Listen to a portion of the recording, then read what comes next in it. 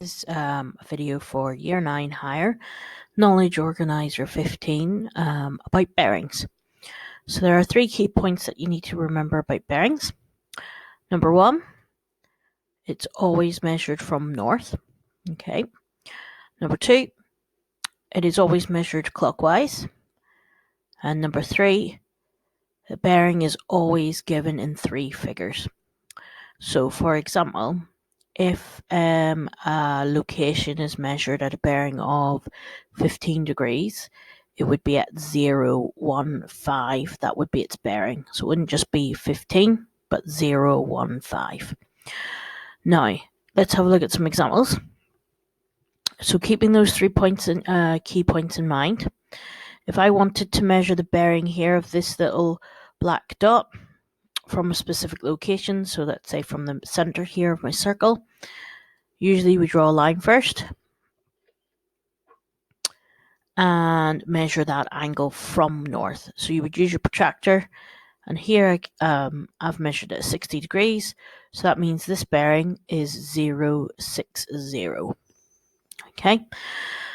Then, if, for example, my bearing is down here, same principle, I would draw a line from the center, measure the clockwise angle from north, and here it's 145, so my bearing would be 145. Now, with these last 2 examples, they are now reflex angles, so they're bigger than 180 degrees.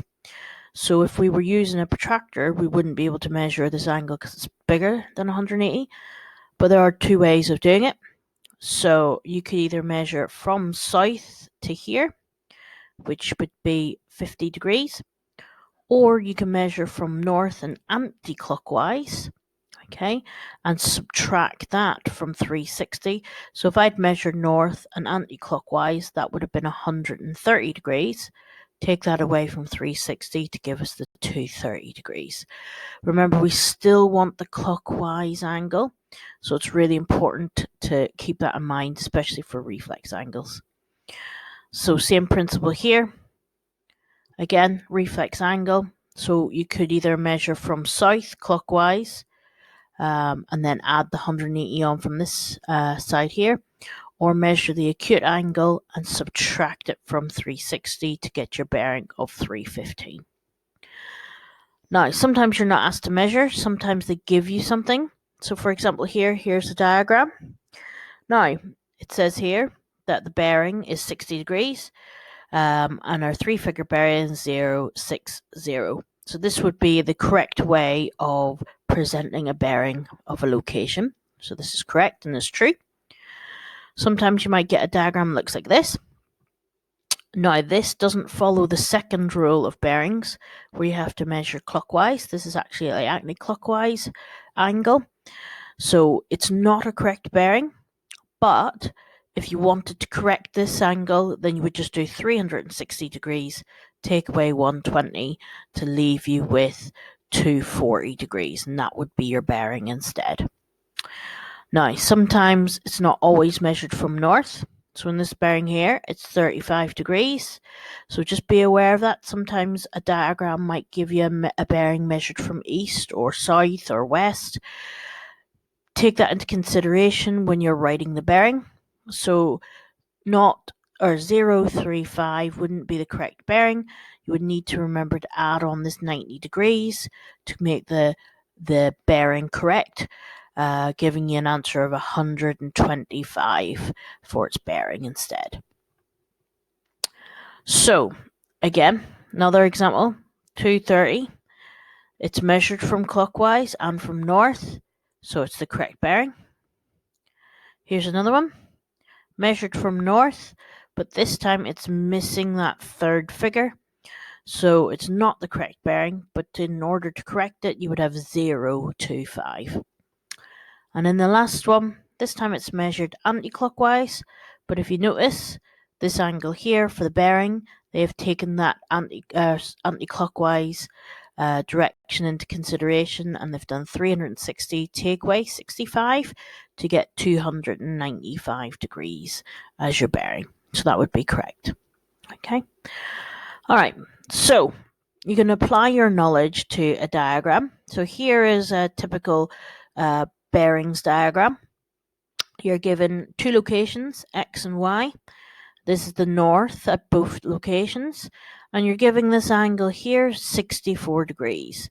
So it's not a bearing, it's just an angle, but you at least know some form of angle information in the diagram. Now there are two possible questions that could be asked. The first one is, what is the bearing of Y from X? And the key word here is from X. So this is the most important part here. And that means you're measuring from this point. So we want that angle here. Okay. Now, remember, bearings are measured clockwise, and this is from X, and this is the angle we would use. Now, this is not a measuring bearings question. This is a question where you're using the information from the diagram. And because these are both norths, they're also parallel to each other. It means we can use our parallel lines facts. And you can see from the diagram that if this is a parallel line and this is a parallel line, I actually have a Z angle using the parallel lines in the diagram. So that means this is 64 and this would also be 64. And that would be our bearing of Y from X. But remember, 64 is only a two-figure bearing. So to make this the correct bearing, I would add a 0 to the front of that. Now, the second question that could be asked is, what is the bearing of X from Y this time? So this time, this is our keyword, which means we are going to be measuring from Y. Okay, that means we actually want this clockwise bearing from Y to get to X. Now, keeping that in mind, there we go. There's our clockwise bearing. And you can see here that you're given a dotted line of north, and this here at the bottom is our south. And because we know this is north and south, we know this is 180 degrees, and that's really useful. So that means our whole bearing, our whole clockwise bearing, is 180 degrees plus the 64 degrees. And that will give us our bearing of X from Y by adding those two together to give us 244 degrees. I hope this video helps.